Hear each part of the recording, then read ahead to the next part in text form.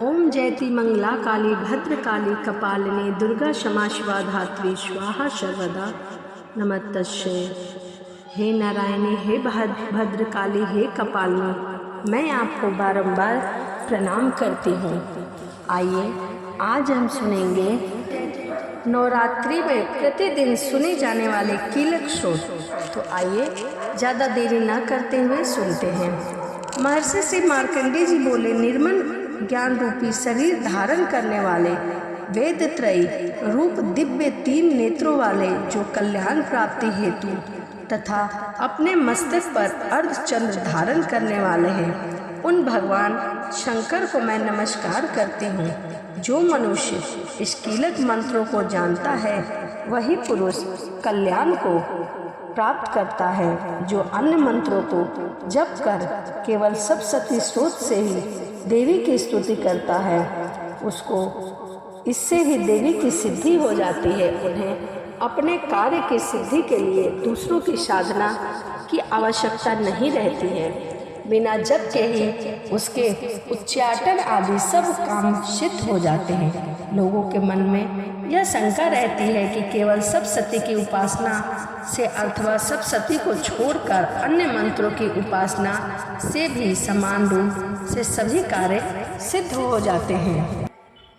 इनमें कौन सा श्रेष्ठ साधन है? लोगों की शंका को ध्यान में रखकर भगवान शंकर ने अपने पास आए हुए जिज्ञासुओं को समझाया कि यह सप्तशती नामक संपूर्ण स्रोत ही कल्याण को देने वाला है। इसके पश्चात भगवान शंकर ने चंडिका के सप्तशती नामक स्रोत को गुप्त कर दिया। अतः मनुष्य इसको बड़े पुण्य से प्राप्त करता है। जो मनुष्य कृष्ण पक्ष की 14 अथवा अष्टमी को एकाग्रचित होकर देवी को अपना सर्वस्व समर्पित कर देता है और फिर उसे प्रसाद रूप में ग्रहण करता है, उस पर माँ दुर्गा अति प्रसन्न होती है, अन्यथा नहीं होती।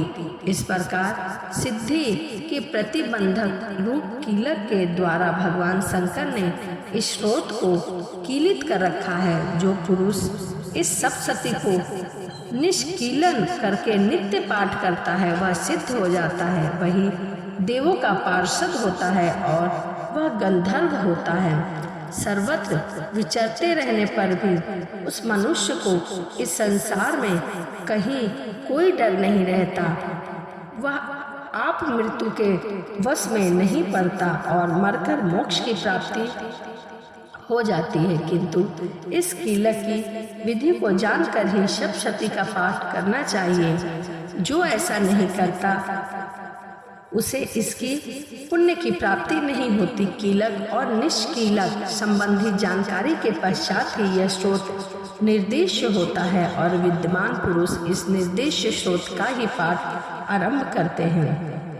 स्त्री में जो कुछ भी सौम्य आदि दिखाई देता है वह सब इसी पाठ की कृपा है। इसीलिए इस कल्याणकारी स्रोत का सदा पाठ करना चाहिए। इस स्रोत का सने सने पाठ करने से भी स्वयं फल की प्राप्ति होती है। इसीलिए उच्च स्वर में ही इस पाठ का आरंभ करना चाहिए। जिस देवी के प्रसाद से ऐश्वर्य, सौभाग्य, आरोग्य, संपत्ति, शत्रुनाश तथा परम मोक्ष की प्राप्ति होती है, उस देवी की स्तुति मनुष्य को अवश्य करनी चाहिए। इति कीलक श्रोतम समाप्तम। कीलक स्रोत यहीं पर समाप्त होता है।